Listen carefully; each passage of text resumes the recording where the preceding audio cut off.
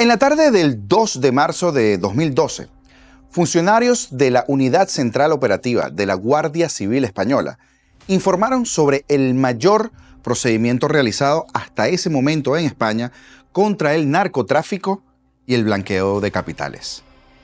En la operación denominada Mini Yo, así como el Pequeñín de Austin Powers, los agentes incautaron 5.644 kilos de cocaína, 28 caballos de pura raza, relojes y joyas valoradas en 1 millón de euros y 550 vehículos entre maquinaria pesada y carros de lujo.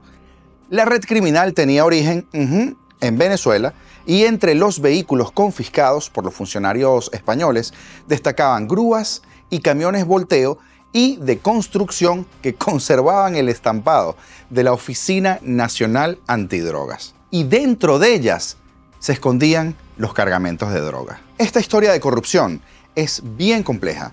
Amerita prestar atención, así que puede adelantar y retroceder a conveniencia.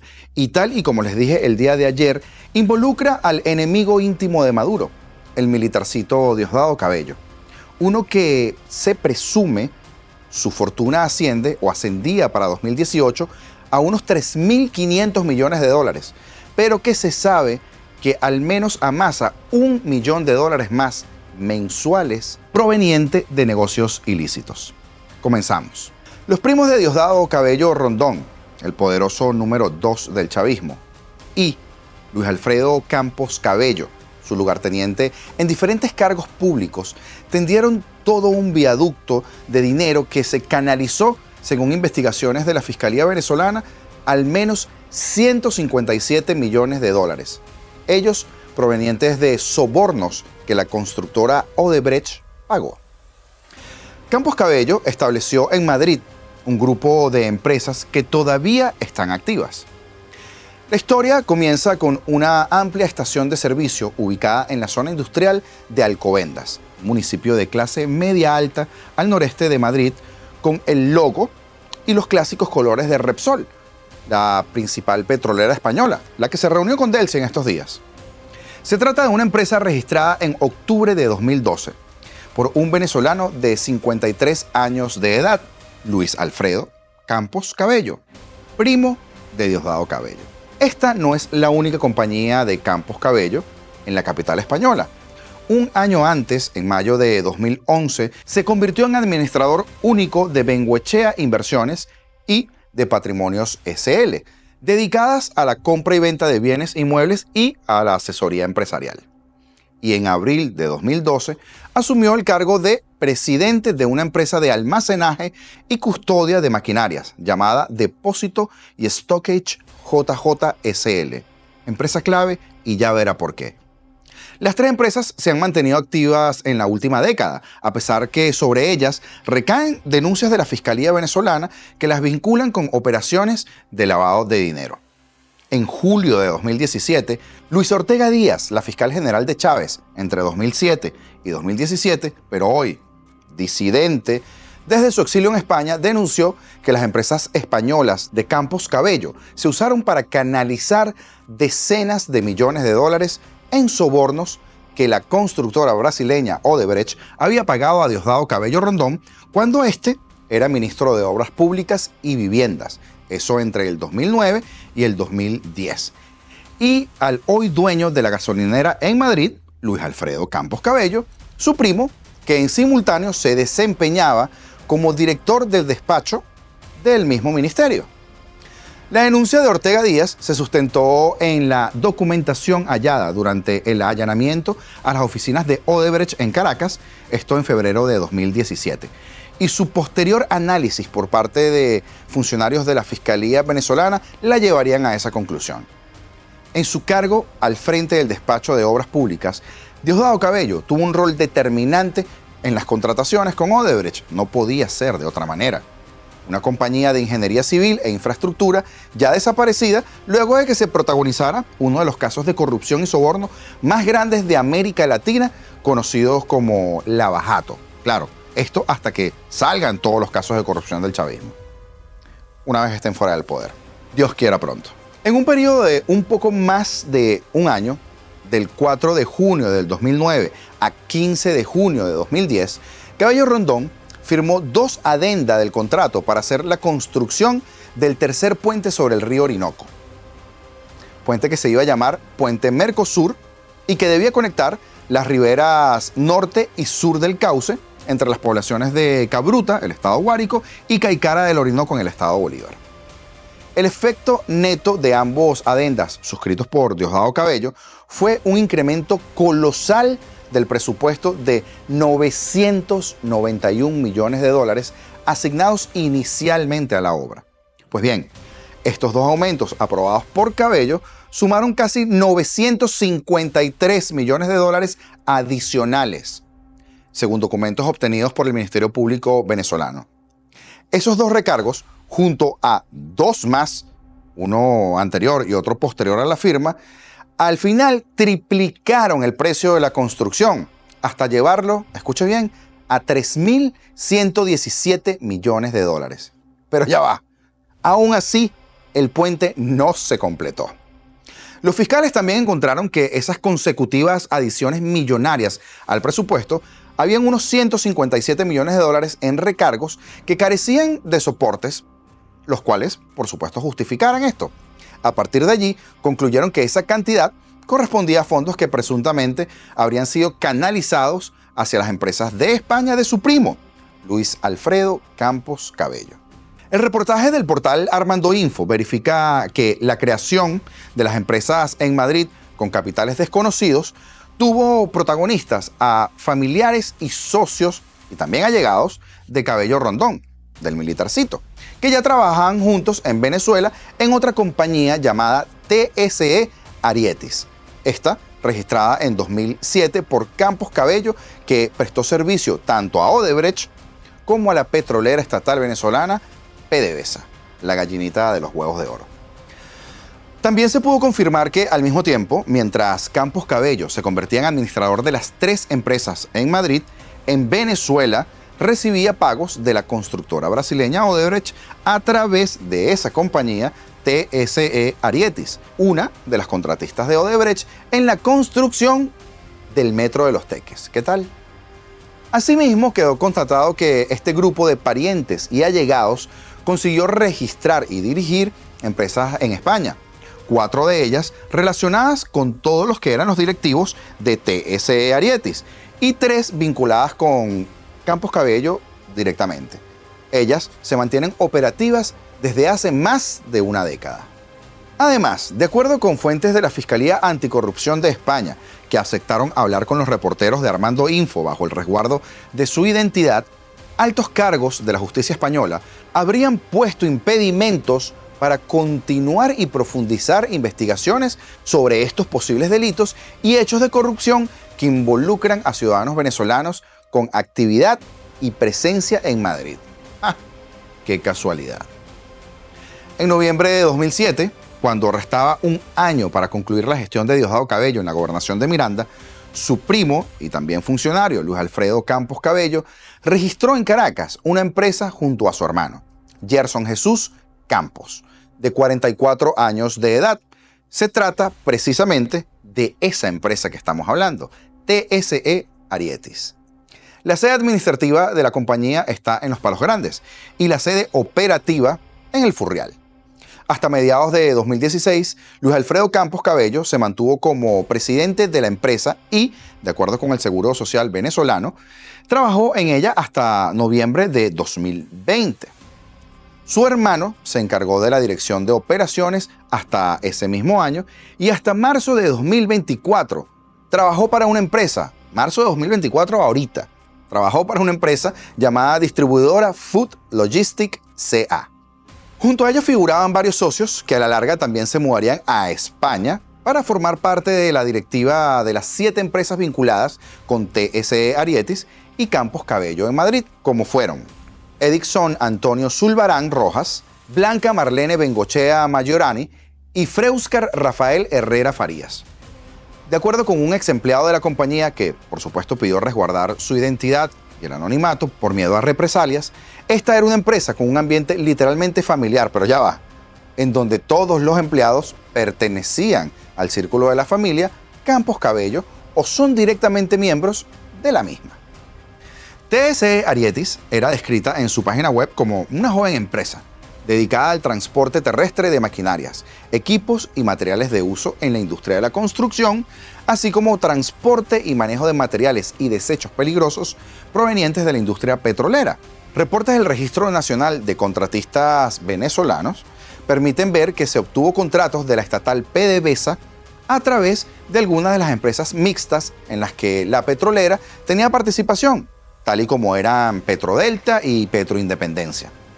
Para esto, llevarlos a alquilarle camiones y equipos de carga pesada con transnacionales como la sucursal venezolana de la estadounidense Baker Hughes y CNPC Services Venezuela, la filial venezolana de China National Petroleum Corporation. A partir de febrero de 2010 y hasta agosto de 2015, TSE Arietis recibió 104 pagos del consorcio Línea 2 del Metro de Los Teques, Odebrecht y Venezolana de Inversiones y Construcciones Clérico, Vincler. Pagaron los mayores montos en ese periodo, de acuerdo con las facturas a las que tuvo acceso la Fiscalía durante el allanamiento de las oficinas de la constructora Odebrecht, como le comentábamos, esto en 2017. La incorporación a destiempo de la adenda en los contratos de obras públicas de Odebrecht fue otra de las irregularidades, pero era una práctica común en los negocios de la constructora brasileña en Venezuela y en otros tantos países de América Latina, como vimos cuando se destapó ese escándalo. Así conseguían proponer montos menores para ganar de forma legítima las licitaciones en las que participaban para luego, por supuesto, incrementar los costos a conveniencia. Los concursos a menudo corrían a cargo de funcionarios ya confabulados con Odebrecht a cambio de las coimas o el soborno que repartía el mítico Departamento de Operaciones Estructuradas de esa compañía. Hasta la firma del Adendum 3, todavía a cargo de Diosdado Cabello, el monto consolidado de la obra del puente ascendió a 2.584 millones de dólares, según los mismos documentos de Odebrecht. Pero como les dije, al final esta cifra escalaría a 3.115 millones de dólares. Ese excedente de alrededor de 157 millones de dólares habría sido canalizado a través de TSE Arietis hacia la empresa de Campos Cabello en España. Luego de sus cargos en la administración pública, lo que continuó para Campos Cabello y sus socios venezolanos fue tomar un aire fresco y cambiar de país. Y también de continente. ¿Para qué? Para empezar nuevos negocios. Su primera inversión en España fue la creación en mayo de 2011 de una compañía de asesorías para el desarrollo y la ejecución de proyectos de ingeniería y obras públicas, esta llamada Bengoechea Inversiones y Patrimonios SL. Desde su registro, Campos Cabello figuraba como el administrador único. Esta compañía tiene por sede un lujoso inmueble valorado actualmente en un monto de unos 2 millones de euros y está ubicada en una urbanización de clase alta del distrito Hortaleza, en Madrid. El propietario de ese chalet es otra empresa, Sistemas Morelo LV SL, una sociedad constituida en junio de 2011 que pertenece a Adrimar Viloria Bengoechea, de 51 años, esposa de Campos Cabello. Y según fuentes, hija de Blanca Marlene Bengoechea Margiorani, una señora cercana a cumplir 75 años. La misma persona que a partir de 2016 se convirtió en accionista mayoritaria y presidenta de TSE Arietis en Venezuela. El apoderado de Sistemas Morelo es un viejo socio de Campos Cabello, Freuscar Rafael Herrera Farías, de 45 años de edad, quien formó parte de la junta directiva de TSE Arietis. Su cercanía a la familia Cabello se remonta en los tiempos en los que el actual vicepresidente del PSV se desempeñaba como gobernador del estado Miranda. Guisaba a todo poder en el estado Miranda. Allí, junto a Luis Alfredo Campos Cabello, actuaba como negociador de la entidad regional en los procesos de licitaciones con contratistas. Después de que Cabello Rondón perdió en 2008 la gobernación del estado Miranda frente a Enrique Capriles Radonsky, Herrera asumió la dirección general de TSE Arietis, según el Registro Nacional de Contratistas de Venezuela.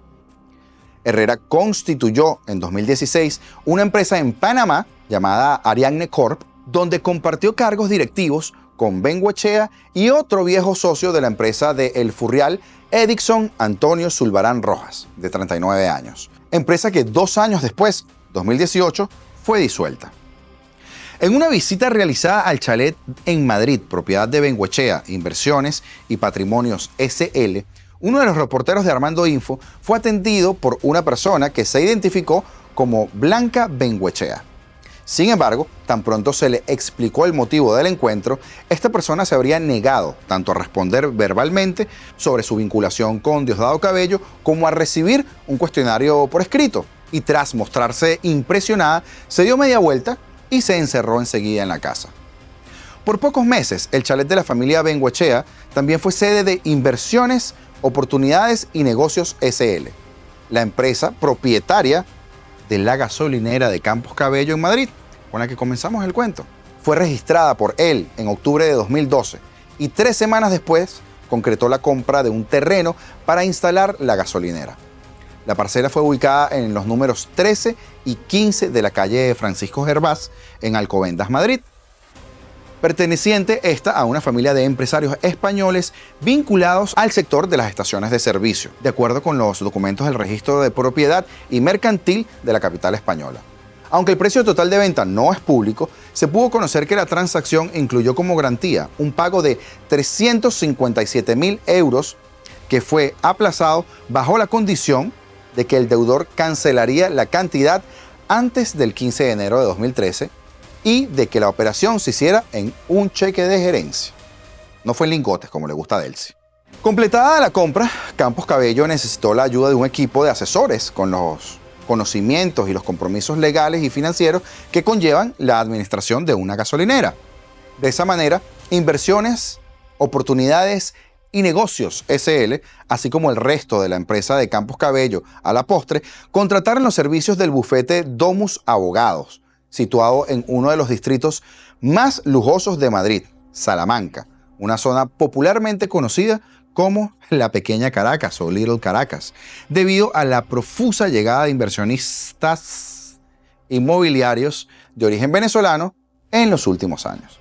El despacho, especializado en el asesoramiento jurídico, tributario, civil, mercantil y laboral, ha tenido la representación de las empresas de Campos Cabello y sus socios desde el 2012, así al menos hasta 2017. Jesús de Inés de la Heras, uno de los socios de la firma, presentó los estados financieros de las 3 compañías administradas por Campos Cabello. Aunque su nombre dejó de aparecer en los documentos a partir de 2018, el bufete continuó ejerciendo la misma tarea hasta 2022, cuando se publicaron los últimos informes de las cuentas financieras. Los primeros años de Inversiones, Oportunidades y Negocios SL no resultaron muy prósperos, por lo que muestran sus estados financieros. Durante los primeros 3 años de operaciones, entre 2012 y finales de 2015, acumuló pérdidas de poco más de 176.000 euros. Su primer año con beneficios fue en 2016, cuando reportó ganancias por 13.000 euros.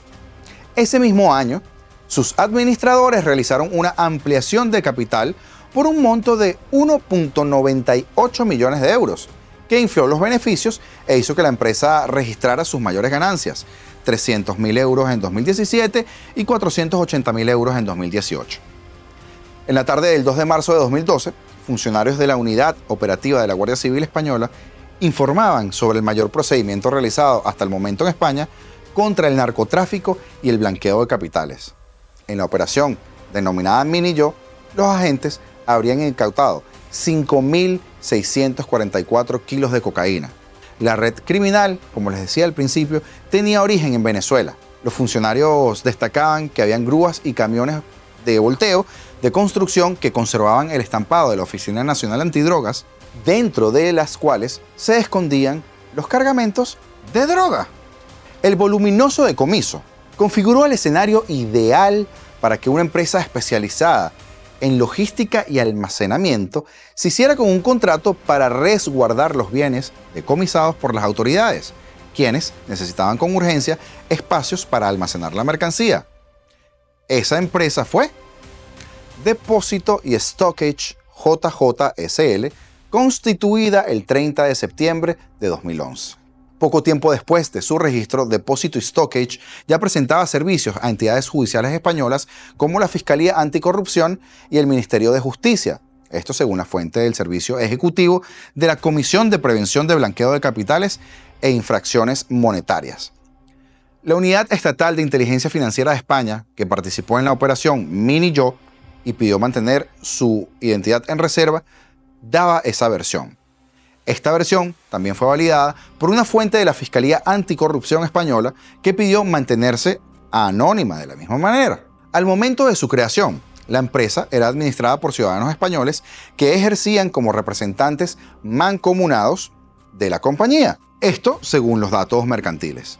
La buena logística que tenía la empresa le abrió el camino para ubicarse entre las primeras opciones que funcionarios de seguridad recomendaban para operaciones similares. Conseguían grúas y lo que hiciera falta en cualquier punto de España rápidamente. Además, resguardaban mercancías y también realizaban inventarios y peritajes judiciales de todo el material intervenido, lo que facilitaba el trabajo de todos los funcionarios. Sin embargo, las finanzas de Depository Stockage, JJ, comenzaron a deteriorarse en el año 2013. Las cuentas por cobrar se acumulaban, la liquidez de la empresa quedó completamente comprometida y el riesgo de la bancarrota se hizo patente. En ese contexto de declive, según algunas fuentes, un grupo de inversionistas anónimos ofrecieron inyectar al menos 4 millones de euros a la empresa para aliviar sus problemas económicos. Todo esto antes de abril de 2012. Se ejecutaron movimientos en la junta directiva de la entidad, por lo que Luis Alfredo Campos Cabello se convirtió en su presidente, cargo que todavía desempeña en la actualidad. No se pudo confirmar si los inversionistas anónimos que acudieron al rescate de la empresa eran venezolanos y si entre ellos se encontraba el mismo Campos Cabello. Tampoco se pudo conocer por qué este se interesó en una empresa de almacenamiento al borde de la quiebra. Pero todos sabemos que aquí huele raro, Candelaria. Ciertos aspectos de la compañía levantaron las sospechas de las autoridades españolas. Las dudas se centraron en la actuación de un mando de la Guardia Civil que fue investigado por el Servicio Antiblanqueo. Al inicio sospechaban que el funcionario mantenía relación estrecha con el grupo que había invertido unos cuantos millones de euros para rescatar a Depository Stockage JJ del riesgo de bancarrota. Luego, tras un proceso de intercepción de llamadas telefónicas y otras comunicaciones, acusaron a ese agente de pertenecer a una organización criminal. Este oficial había ascendido del grado de teniente al de capitán, lo que habían destinado al gabinete de la Dirección General de la Guardia Civil y había participado en la operación Minillo. Depósito y Stockage JJ tiene su sede en el kilómetro 18 de la carretera M103, una red secundaria que conecta la capital española con distintas localidades ubicadas a las afueras de la ciudad. En la Comunidad de Madrid, todo esto, por supuesto. El pasado 17 de mayo, cuando el equipo de reporteros se trasladó a la sede de la empresa, decenas de maquinarias pesadas estaban estacionadas dentro del recinto.